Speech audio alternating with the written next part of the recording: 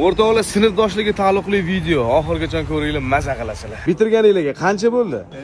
56 yil bo'libdi shu sinfdoshlar hozir har yili o'tirib yig'ilishar ekan. Davay qiladigan odam bo'ladi, jo'raboshi deylar.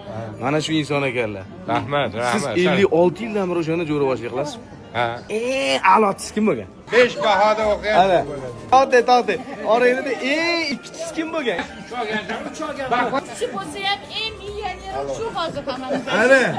O. Faqat 10 ta balam bor uchun buni millioner deydi. O'qituvchini yubimchiki kim bo'lgan?